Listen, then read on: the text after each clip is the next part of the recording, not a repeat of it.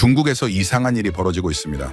한자의 본고장 5천년 문자 역사를 가진 나라입니다. 그런데 지금 중국 대학생들 사이에서 묘한 움직임이 포착됩니다. 영어도 아닙니다. 일본어도 아닙니다. 수강 신청 열리자마자 자리가 사라집니다. 처음엔 K-팝 때문이라고 했습니다. 한류 열풍의 여파라고 분석했죠. 하지만 교수들은 고개를 저었습니다. 학생들이 말하는 이유가 달랐습니다. 이 글자는 배우기가 다릅니다. 한자 문화권 한가운데서 완전히 다른 문자 체계가 선택받고 있습니다. 5천년 한자의 땅에서 벌어지는 문자 실험.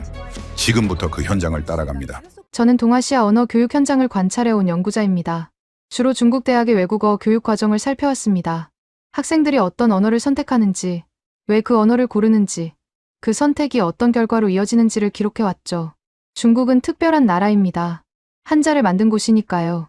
세계에서 가장 오래된 문자 체계 중 하나를 수천 년간 사용해온 문명입니다. 갑골문에서 시작해 전서, 예서, 해설을 거쳐 오늘날의 간체자까지 문자 자체가 역사이고 문화이고 정체성입니다. 그래서 중국의 외국어 교육은 늘 흥미로운 관찰 대상이었습니다. 한자 문화권의 중심에서 다른 문자 체계를 어떻게 받아들이는가?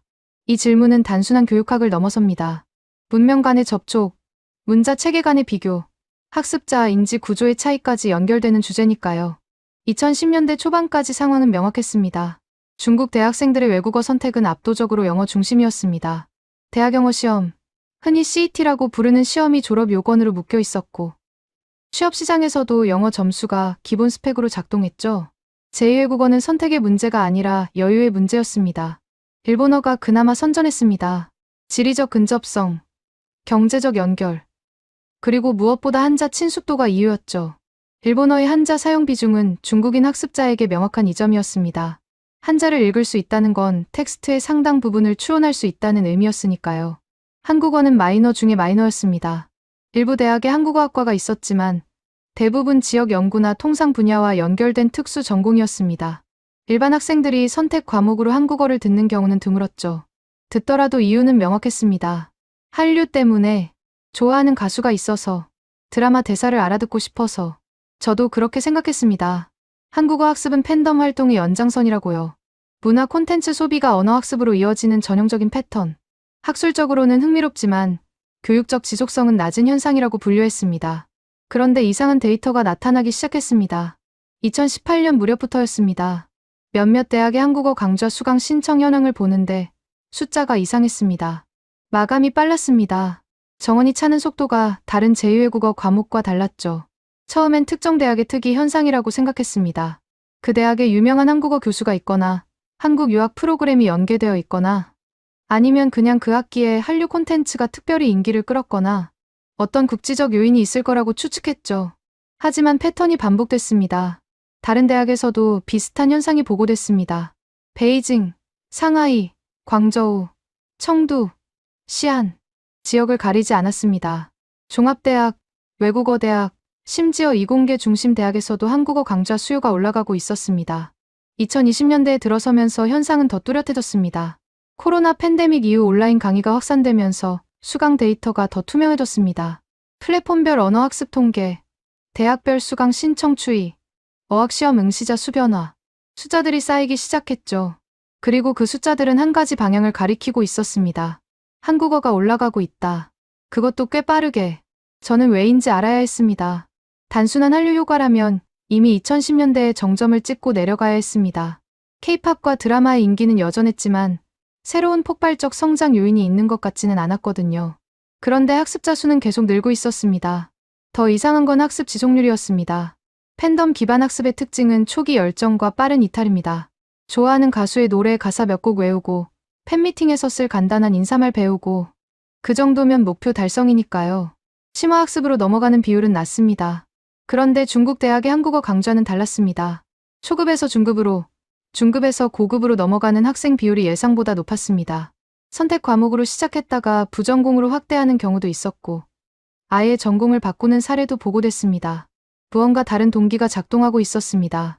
저는 현장으로 들어가기로 했습니다. 통계와 보고서만으로는 알 수 없는 것들이 있으니까요. 학생들을 직접 만나서 물어봐야 했습니다. 왜 한국어를 선택했는지, 왜 계속 배우는지, 한자를 쓰는 사람들이 한글을 배울 때 무엇을 경험하는지. 대답은 예상과 달랐습니다. 아니, 예상을 완전히 뒤집었습니다. 학생들이 말하는 이유 중에 K-팝은 있었습니다. 하지만 그게 전부가 아니었습니다. 심지어 그게 주된 이유도 아니었습니다. 적어도 학습을 지속하는 학생들에게는요. 반복해서 등장하는 단어가 있었습니다. 배우기 쉬워요. 처음엔 의아했습니다. 한국어가 쉽다고요? 한국어는 교차어입니다. 조사와 어미 변화가 복잡하고 경어 체계가 다층적이며 발음 규칙도 단순하지 않습니다. 객관적으로 쉬운 언어가 아닙니다. 그런데 학생들은 다른 걸 말하고 있었습니다. 글자가 쉬워요. 문자가 다르게 느껴져요. 한자랑 완전히 달라서 오히려 좋아요. 한자 문화권의 학습자들이 비한자 문자의 단순함에 끌리고 있었습니다. 그것도 알파벳이 아니라 한글에. 저는 이 현상의 구조를 파악해야 했습니다. 중국의 문자 교육을 이해하려면 먼저 한자의 구조를 알아야 합니다. 한자는 표의 문자입니다. 하나의 글자가 하나의 의미를 담고 있죠. 소리를 기록하는 게 아니라 개념을 기록하는 체계입니다. 이 특성이 한자의 강점이자 약점입니다. 강점은 명확합니다. 방언이 달라도 문자로 소통할 수 있습니다. 광둥어와 만다린은 발음이 완전히 다르지만 한자로 쓰면 서로 읽을 수 있죠. 시대가 달라도 마찬가지입니다. 수천 년 전 문헌을 현대인이 읽을 수 있는 건 한자의 표의성 덕분입니다. 하지만 약점도 분명합니다. 배워야 할 글자 수가 많습니다. 중국 교육부가 정한 통용규범 한자표에는 약 8,000자가 수록되어 있습니다. 일상생활에 필요한 상용 한자만 해도 3,000자가 넘죠. 초등학교 6년 동안 학생들은 약 2,500자에서 3,000자를 익혀야 합니다. 글자 하나하나가 개별 학습 단위입니다. 알파벳이나 한글처럼 기본 요소를 조합해서 새로운 글자를 만드는 방식이 아닙니다. 물론 한자에도 부수와 구성 원리가 있지만 그걸 안다고 해서 처음 보는 글자를 바로 읽을 수 있는 건 아닙니다. 새 글자는 새로 외워야 합니다. 저는 베이징의 한 초등학교를 방문한 적이 있습니다. 3학년 교실이었습니다. 학생들이 한자 쓰기 연습을 하고 있었죠. 모는 종이에 같은 글자를 반복해서 씁니다. 한 글자당 10번, 20번. 획순을 외우고 비례를 익히고 손에 익을 때까지 반복합니다. 담당 교사에게 물었습니다. 학생들이 한자 학습을 어려워하나요? 교사는 웃으며 대답했습니다. 어렵지 않은 학생이 어디 있겠어요. 다들 통과 의례라고 생각하죠. 중국인으로 태어났으니 한자를 배워야 한다고요. 통과 의례. 이 표현이 인상적이었습니다. 한자 학습은 선택이 아니라 필수입니다. 중국어를 쓰려면 한자를 알아야 하고 한자를 알려면 수천 개의 글자를 외워야 합니다. 이건 중국인 누구나 거치는 과정이죠. 하지만 과정이 당연하다고 해서 필요가 없는 건 아닙니다. 중국의 교육 시스템은 경쟁이 치열합니다. 가오카오라고 불리는 대학 입시가 인생을 결정한다는 인식이 강하죠. 초등학교 때부터 학업 부담이 시작됩니다. 한자 학습은 그 부담의 일부입니다. 2021년 중국 정부가 쌍감 정책을 발표했습니다. 숙제 부담과 사교육 부담을 줄이겠다는 정책이었죠. 초등학생의 과도한 학습량이 사회적 문제로 인식되었다는 의미입니다. 물론 한자 학습만의 문제는 아닙니다. 하지만 기초 문해력 습득에 드는 시간과 노력이 다른 문자 체계보다 크다는 건 구조적 사실입니다. 이런 환경에서 외국어를 배운다는 건 추가적인 문자 학습을 의미합니다. 영어를 배우면 알파벳 26자를 익혀야 합니다. 하지만 알파벳은 한 번 배우면 끝입니다. 새로운 단어가 나와도 글자 자체는 이미 아는 것들의 조합이니까요. 발음 규칙을 익히면 처음 보는 단어도 대략 읽을 수 있습니다. 일본어는 어떨까요? 일본어에는 히라가나, 가타카나, 한자가 있습니다. 히라가나와 가타카나는 각각 46자씩, 총 92자를 익히면 됩니다. 음절 문자라서 배우기 어렵지 않죠. 문제는 한자입니다. 일본어도 한자를 씁니다. 상용 한자가 약 2136자입니다. 중국인 학습자에게 일본어 한자는 양날의 검입니다. 이미 아는 한자가 많으니 텍스트 이해에 유리합니다. 하지만 일본식 한자 읽기는 따로 배워야 합니다. 훈독과 음독, 두 가지 읽기 방식이 있고 한 글자에 여러 발음이 대응하기도 하죠. 익숙한 글자가 낯선 규칙으로 작동합니다. 그렇다면 한국어는 어떨까요?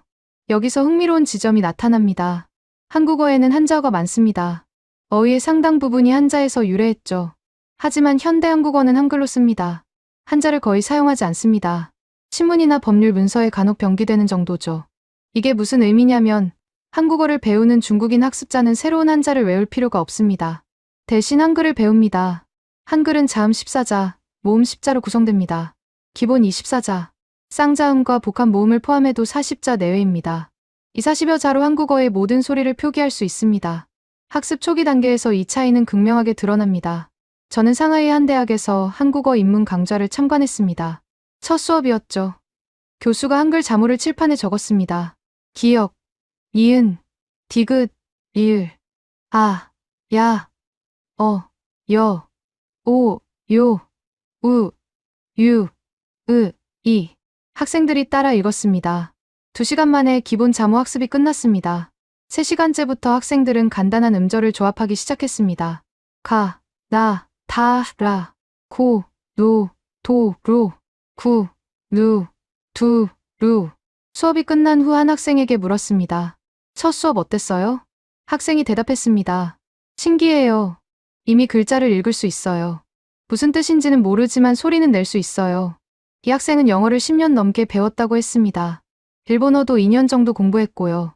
하지만 한국어 첫 수업에서 느낀 감각은 달랐다고 했습니다. 문자가 막히지 않아요. 이 표현이 핵심이었습니다. 한자 문화권 학습자에게 새로운 외국어는 종종 새로운 문자 장벽을 의미합니다. 영어의 알파벳은 그나마 단순하지만 발음과 철자의 불일치가 학습 난이도를 높이죠. 일본어는 한자라는 익숙한 요소가 있지만 새로운 읽기 규칙이 혼란을 줍니다. 한글은 다른 경험을 제공했습니다. 글자 수가 적습니다. 조합 원리가 명확합니다. 소리와 문자의 대응이 규칙적입니다. 한번 배우면 처음 보는 단어도 읽을 수 있습니다. 뜻은 모르더라도요. 물론 한국어 전체가 쉬운 건 아닙니다. 문법은 복잡합니다.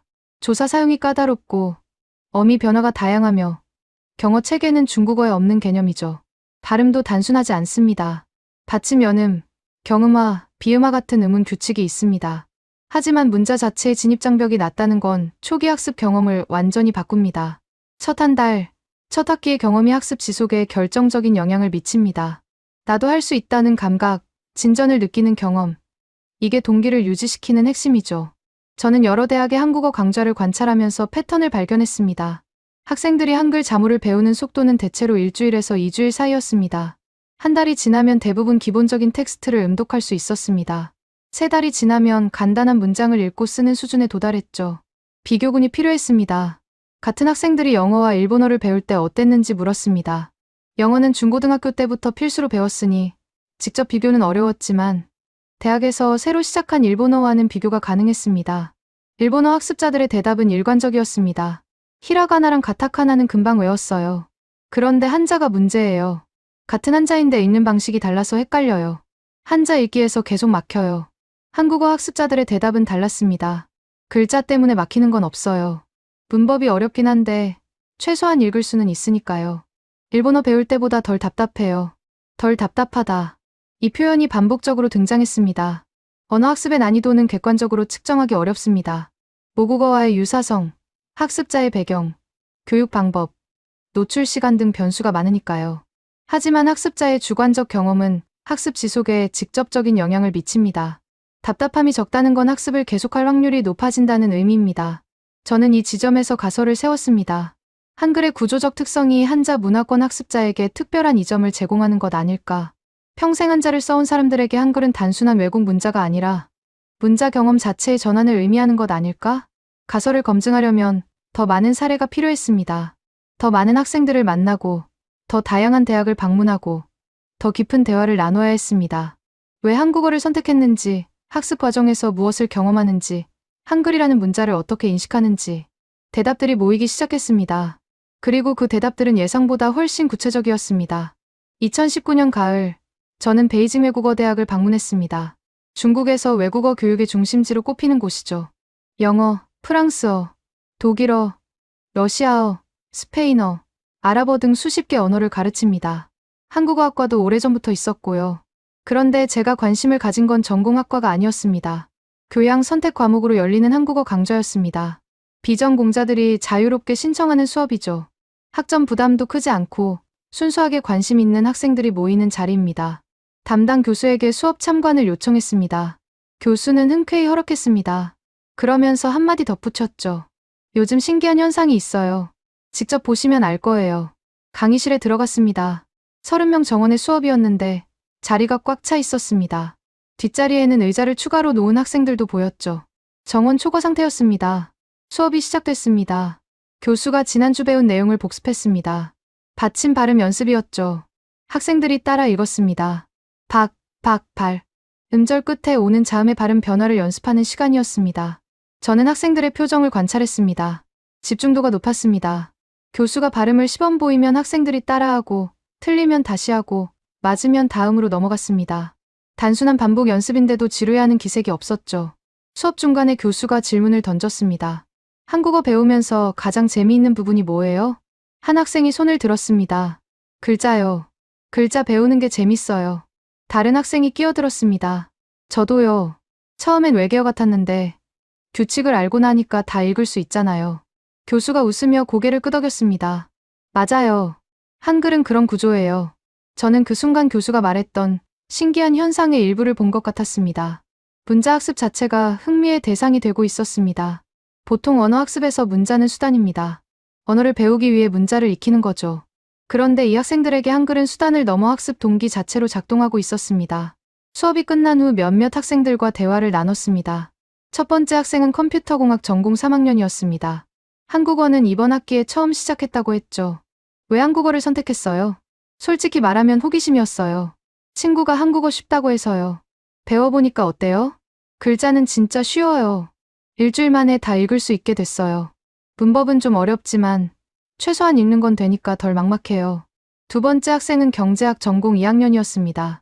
일본어를 1년 배우다가 한국어로 바꿨다고 했습니다. 왜 바꿨어요? 일본어 한자 때문에요. 같은 한자인데 읽는 방식이 너무 많아서요. 외워야 할 게 계속 늘어나는 느낌이었어요. 한국어는 달라요? 한국어는 한자를 안 써요. 한글만 알면 돼요. 그게 되게 시원한 느낌이에요. 시원하다. 이 표현이 흥미로웠습니다. 세 번째 학생은 영어영문학 전공 4학년이었습니다. 영어는 이미 유창했고 제2외국어로 한국어를 선택했다고 했습니다.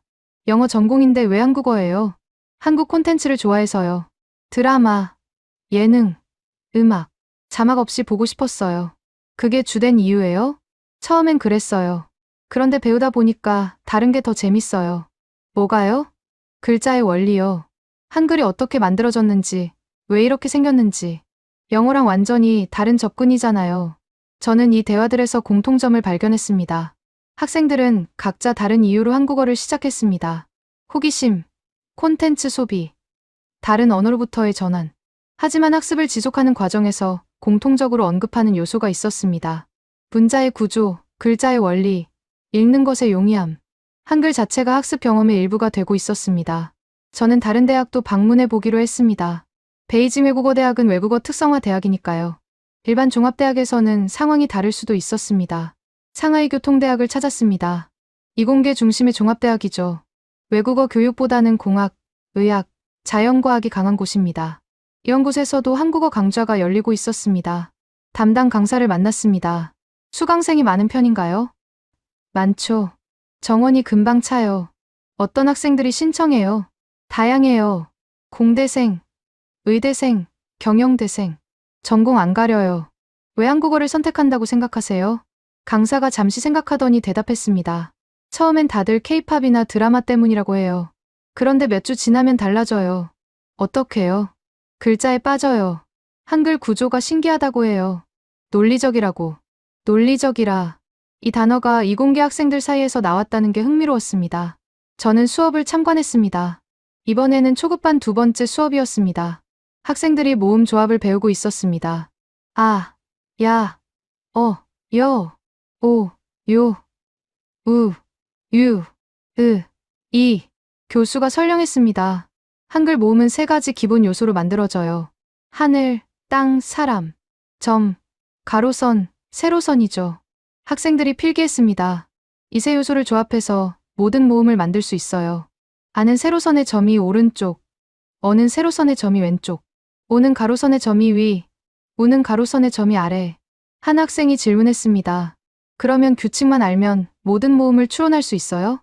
네, 거의 그래요. 학생이 고개를 끄덕였습니다. 표정이 신기하다는 듯했죠. 수업 후 그 학생에게 말을 걸었습니다. 기계공학 전공이라고 했습니다.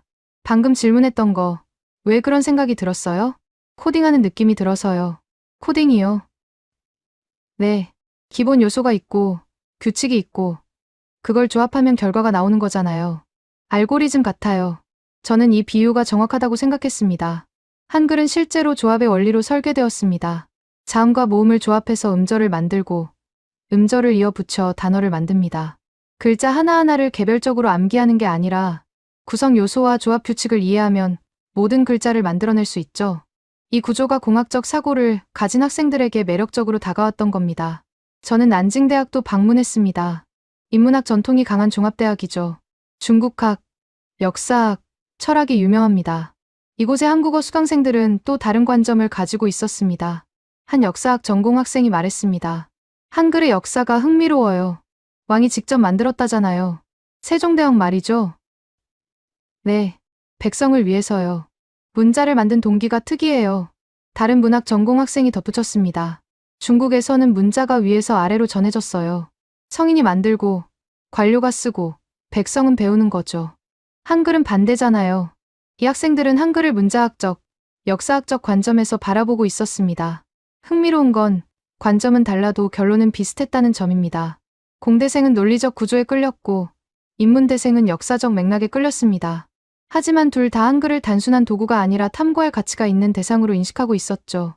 저는 더 많은 대학을 돌았습니다. 광저우, 청두, 시안, 우한, 지역을 가리지 않고 한국어 강좌를 찾아다녔습니다. 대학마다 분위기는 조금씩 달랐지만 몇 가지 패턴은 일관되게 나타났습니다. 첫째, 한국어 수강 신청이 빠르게 마감된다. 둘째, 초기 학습 만족도가 높다. 셋째, 문자 학습 경험이 긍정적으로 언급된다. 넷째, 학습 지속률이 다른 제2외국어보다 낮지 않다. 이건 산발적인 현상이 아니었습니다. 구조적인 추세였습니다. 어떤 요인이 이 추세를 만들어내고 있는 건지 더 깊이 파악해야 했습니다. 학생들의 언어는 점점 구체적이 되어갔습니다. 한자 필요가 없어요. 새로운 문자인데 부담이 적어요. 배운 만큼 읽을 수 있어요. 이 표현들이 반복됐습니다. 한자 문학원에서 비한자 문자를 배우는 경험. 그것도 알파벳이 아닌 한글을 배우는 경험이 특별한 반응을 만들어내고 있었습니다. 저는 이제 이 현상을 더 넓은 맥락에서 바라봐야 했습니다. 대학 강의실을 넘어 사회 전반에서 어떤 일이 벌어지고 있는지, 대학 강의실만의 현상이 아니었습니다. 저는 2020년대 초반부터 중국의 온라인 학습 플랫폼을 관찰하기 시작했습니다. 코로나 팬데믹 이후 온라인 교육이 폭발적으로 성장했고, 언어 학습 분야도 예외가 아니었죠. 중국 최대 온라인 교육 플랫폼 중 하나인 왕잉커탕을 살펴봤습니다. 한국어 강좌 카테고리가 있었습니다. 입문반부터 고급반까지, 회화 중심부터 시험 대비까지 강좌 수가 상당했습니다. 수강생 리뷰도 활발했고요. 리뷰를 읽어봤습니다. 한글 배우는 첫 주가 제일 재밌었어요. 글자 원리 설명하는 부분 여러 번 돌려봤어요. 일본어 포기하고 왔는데 한국어가 맞는 것 같아요. 온라인에서도 같은 패턴이 나타나고 있었습니다. 비리비리라는 동영상 플랫폼도 확인했습니다. 중국판 유튜브라고 불리는 곳이죠. 검색창에 한국어를 입력하니 수많은 영상이 떴습니다. 한글 발음 강좌, 기초 문법 설명, K-팝 가사 해석, 드라마 대사 따라하기. 그중 눈에 띄는 영상 유형이 있었습니다. 한글, 하루 만에 마스터하기. 한글 원리, 이것만 알면 끝. 한글이 왜 과학적인지 설명해드림. 이런 제목의 영상들이 조회수가 높았습니다. 수십만, 때로는 수백만 조회를 기록한 영상도 있었죠. 댓글을 읽어봤습니다. 진짜 하루 만에 읽을 수 있게 됐어요. 한자 배울 때랑 완전 다른 느낌이에요. 이렇게 규칙적인 문자가 있다니. 온라인 학습자들도 같은 경험을 하고 있었습니다. 저는 더 넓은 데이터를 찾아봤습니다. 토픽 시험 응시자 통계가 있었습니다. 토픽은 한국어 능력 시험입니다. 외국인의 한국어 능력을 평가하는 공인 시험이죠. 한국 정부 산하 기관에서 주관합니다. 중국은 토픽 응시자 수가 가장 많은 국가입니다. 응시자 수가 꾸준히 증가해왔습니다. 특히 2010년대 후반부터 증가폭이 커졌죠. 이건 단순한 관심을 넘어 실질적인 학습으로 이어지고 있다는 증거였습니다. 시험을 준비한다는 건 진지하게 공부한다는 의미니까요. 저는 토픽 준비생들을 만나봤습니다. 상하이에서 토픽 6급을 준비하는 학생이 있었습니다. 대학 졸업 후 한국 기업 취업을 목표로 하고 있었죠. 한국어 언제 시작했어요? 대학교 2학년 때요. 교양으로 들었다가 빠졌어요. 뭐에 빠졌어요? 한글이요. 처음엔 그냥 신기했는데 배우면 배울수록 잘 만들어진 문자라는 생각이 들었어요. 지금은 어느 정도 수준이에요. 6급 준비 중이에요. 읽기는 거의 다 되고 듣기랑 쓰기가 좀 약해요. 어려운 부분은 뭐예요? 문법이요. 조사랑 어미 변화가 복잡해요. 그런데 글자 때문에 막히는 건 없어요. 글자 때문에 막히는 건 없다. 이 표현이 또 나왔습니다. 광저우에서 만난 또 다른 학습자는 직장인이었습니다. 무역회사에서 일하면서 저녁에 한국어 학원을 다니고 있었죠. 업무에 한국어가 필요해요. 당장은 아니에요. 그런데 한국 바이어가 점점 늘고 있어요. 미리 준비하려고요. 왜 한국어예요? 영어나 일본어도 있잖아요. 영어는 어느 정도 하고 일본어는 예전에 시도했다가 포기했어요. 왜요? 한자 읽기가 너무 복잡해서요. 같은 글자인데 읽는 법이 다르잖아요. 한국어는 달라요? 한국어는 한글만 알면 돼요. 물론 한자어가 많긴 한데 한글로 쓰니까요. 일본어에서 한국어로 전환한 사례가 계속 등장했습니다. 이건 우연이 아니었습니다. 한자 문화권 학습자들에게 일본어와 한국어는 서로 비교되는 선택지였습니다. 둘 다 문법 구조가 비슷하고 한자어 어휘가 많고 지리적으로 가깝죠. 하지만 문자 체계에서 결정적인 차이가 있었습니다. 일본어는 한자를 계속 씁니다. 한국어는 한글로 씁니다. 이 차이가 학습 경험을 완전히 바꿨습니다. 저는 이 현상이 교육계에서 어떻게 인식되고 있는지 궁금했습니다. 중국 내 한국어 교육 전문가들을 만나봤습니다. 대학에서 한국어를 가르치는 교수들, 학원에서 한국어 강좌를 운영하는 원장들, 온라인 강의를 제작하는 강사들. 베이징의 한 대학 교수가 말했습니다. 한글 자체가 학습 동기가 되는 경우를 많이 봐요. 구체적으로 어떤 식으로요? 첫 수업에서 한글 구조를 설명하면 눈이 반짝거려요. 한자랑 완전히 다른 원리잖아요. 상하이의 학원 원장이 덧붙였습니다. 입문반 등록률이 높아요. 문제는 중급 이상에서 이탈이 생기는 건데. 그래도 예전보다 지속률이 올라갔어요. 왜 그렇다고 생각하세요? 초기 경험이 좋으니까요.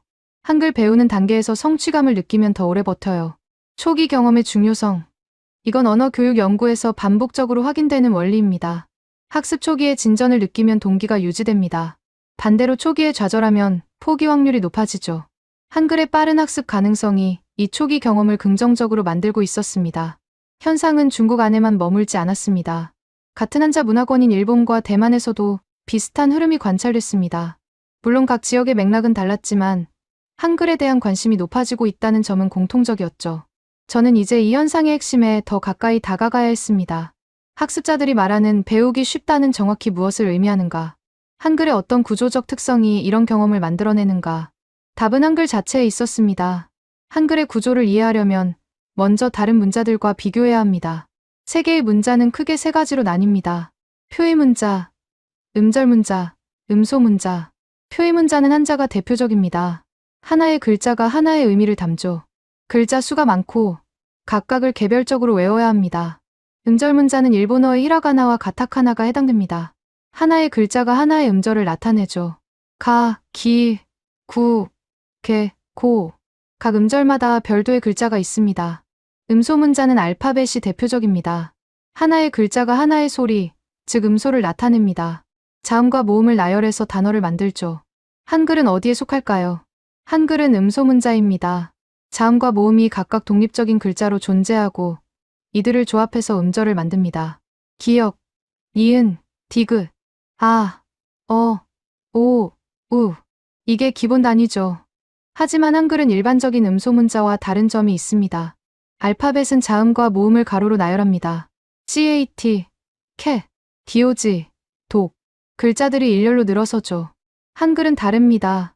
자음과 모음을 모아서 음절 단위로 묶습니다. 가, 기역과 아가 결합해서 하나의 덩어리가 됩니다. 강, 기역, 아, 니은, 기역이 모여서 하나의 음절 블록을 이루죠. 이걸 모아쓰기라고 합니다.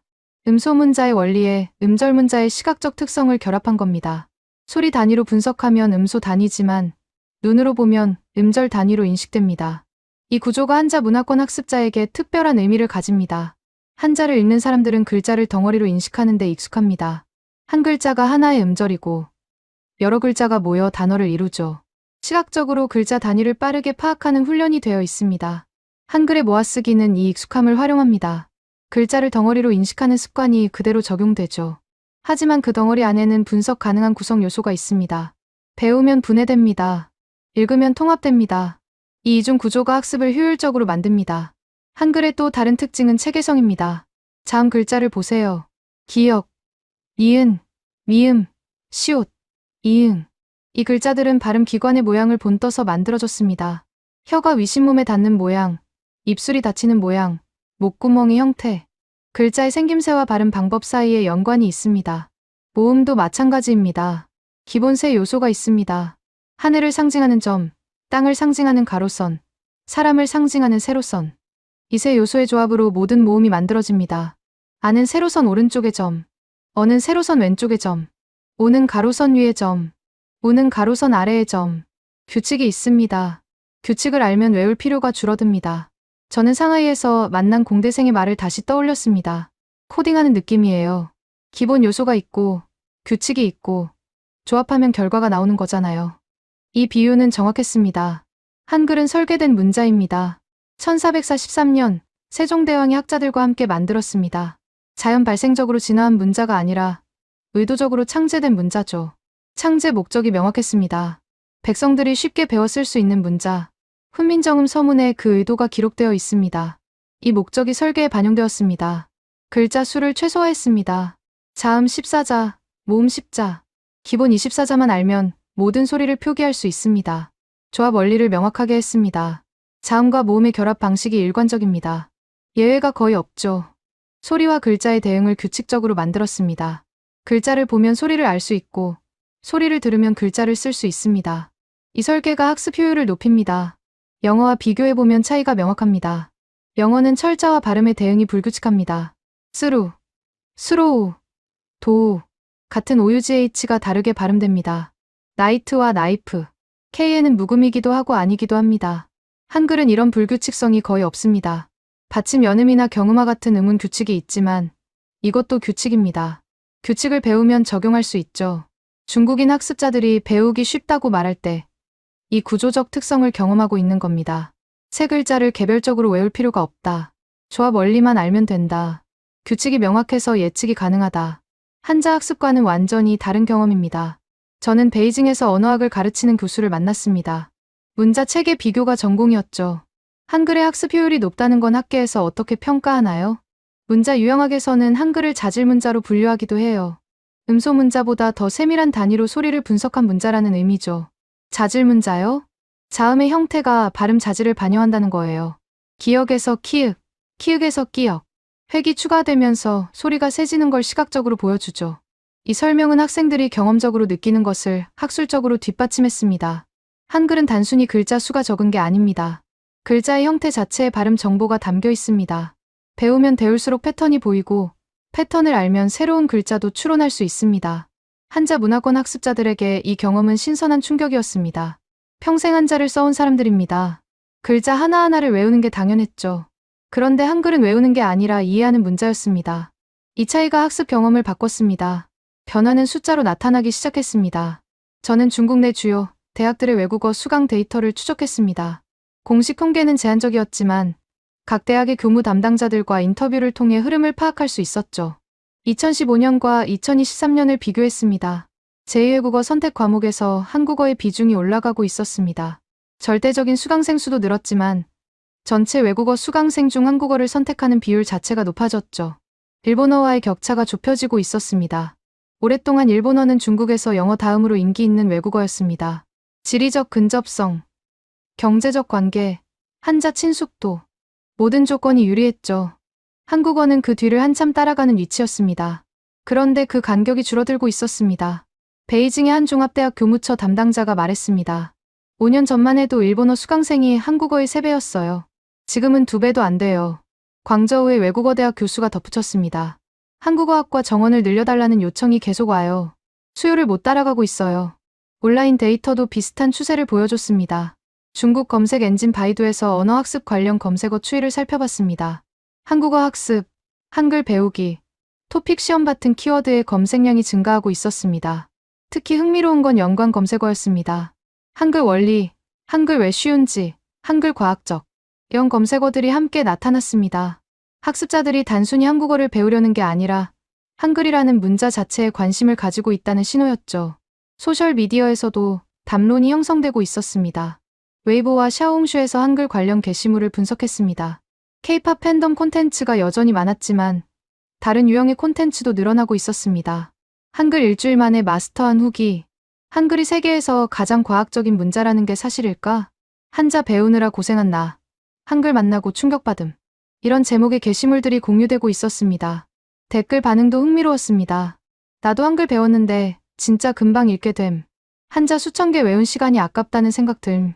규칙만 알면 되니까 스트레스가 없음. 한글에 대한 긍정적 인식이 확산되고 있었습니다. 물론 모든 반응이 긍정적인 건 아니었습니다. 문자가 쉬운 거랑 언어가 쉬운 건 다름. 한국어 문법 어려움. 한글만 쉬운 거임. 과대평가 아닌가? 이런 반론도 있었습니다. 사실 틀린 말은 아니죠. 한글이 배우기 쉽다고 해서 한국어 전체가 쉬운 건 아닙니다. 하지만 중요한 건 담론의 존재 자체였습니다. 한글이 논의의 대상이 되고 있었습니다. 비교되고, 평가되고, 토론되고 있었죠. 예전에는 그냥 한국어를 쓰는 문자 정도로 인식되던 한글이 이제는 독립적인 관심 대상이 되었습니다. 학계에서도 움직임이 있었습니다. 중국 내 언어학 연구자들 사이에서 한글 연구가 늘어나고 있었습니다. 문자 유형학, 제 언어 습득론, 비교 언어학 관점에서 한글을 다루는 논문들이 발표되고 있었죠. 베이징 대학의 한 언어학 교수가 말했습니다. 한글은 문자 설계의 관점에서 연구 가치가 높아요. 창제 목적, 설계 원리, 학습 효율, 다 연구 주제가 됩니다. 기 교수는 한글을 문자 체계의 혁신 사례로 가르치고 있었습니다. 학생들에게 한글 사례를 보여주면 반응이 좋아요. 문자가 의도적으로 설계될 수 있다는 걸 깨닫거든요. 인식의 지도가 바뀌고 있었습니다. 한글은 더 이상 낯선 외국 문자가 아니었습니다. 한자 문화권의 학습자들에게 한글은 비교의 대상, 학습의 대상, 때로는 부러움의 대상이 되고 있었습니다. 저는 이 변화의 의미를 생각했습니다. 한자의 본고장에서 한글이 주목받고 있다. 수천 년 문자 역사를 가진 곳에서 600년도 안 된 문자가 재평가되고 있다. 이건 단순한 유행이 아니었습니다. 문자에 대한 인식 자체가 전환되고 있었습니다. 한글에 대한 관심이 한국어 학습으로 이어지고 있었습니다. 하지만 여기서 질문이 생깁니다. 문자가 쉽다고 해서 언어 학습이 지속될까요? 초기 진입 장벽이 낮은 건 분명한 이점이지만 그게 장기적인 학습 동기를 보장하지는 않습니다. 저는 중급 이상 학습자들을 추적했습니다. 입문 단계를 넘어 본격적으로 한국어를 공부하는 사람들, 토픽 3급, 4급, 5급, 6급을 준비하는 사람들, 대학에서 한국어를 전공하거나 부전공하는 학생들. 이들에게 물었습니다. 왜 계속 배우나요? 대답은 다양했습니다. 취업에 도움이 되니까요. 한국 대학원 진학을 준비하고 있어요. 한국 드라마를 자막 없이 보고 싶어요. 한국 회사에서 일하고 싶어요. 실용적인 이유가 많았습니다. 당연한 결과죠. 언어학습은 투자입니다. 시간과 노력이 들어가는 만큼 보상이 있어야 지속됩니다. 하지만 흥미로운 대답도 있었습니다. 상하이의 한 대학원생이 말했습니다. 한국학을 전공하고 있었죠. 처음엔 한글이 신기해서 시작했어요. 그런데 배우다 보니까 한국어 자체가 재밌어졌어요. 어떤 점이요? 표현이 다양해요. 같은 말도 여러 방식으로 할 수 있잖아요. 높임말, 반말, 존댓말. 상황에 따라 달라지는 게 복잡하지만 재밌어요. 중국어랑 다른 점인가요? 네. 중국어는 어순이나 단어 선택으로 뉘앙스를 조절하는데 한국어는 어미 자체가 바뀌잖아요. 그게 신기해요. 문법 구조에 대한 관심이 학습 동기가 되고 있었습니다. 베이징의 직장인 학습자도 비슷한 이야기를 했습니다. 한국어 배우면서 언어에 대한 생각이 바뀌었어요. 어떻게요? 중국어만 쓰다 보면 당연하게 여기는 게 많잖아요. 한국어 배우면서 중국어를 다시 보게 됐어요. 예를 들면요. 조사 개념이요. 중국어는 조사가 없잖아요. 어순으로 관계를 표현하죠. 한국어는 조사가 있어서 어순이 자유로워요. 그게 다른 사고방식 같아요. 언어학습이 인지적 경험으로 확장되고 있었습니다. 저는 이 현상이 한글의 초기 학습 경험과 연결되어 있다고 생각했습니다. 한글 학습 과정에서 학생들은 문자의 구조를 분석합니다. 왜 이렇게 생겼는지, 어떤 원리로 조합되는지. 이 분석적 접근이 한국어 문법 학습에도 이어지는 거죠.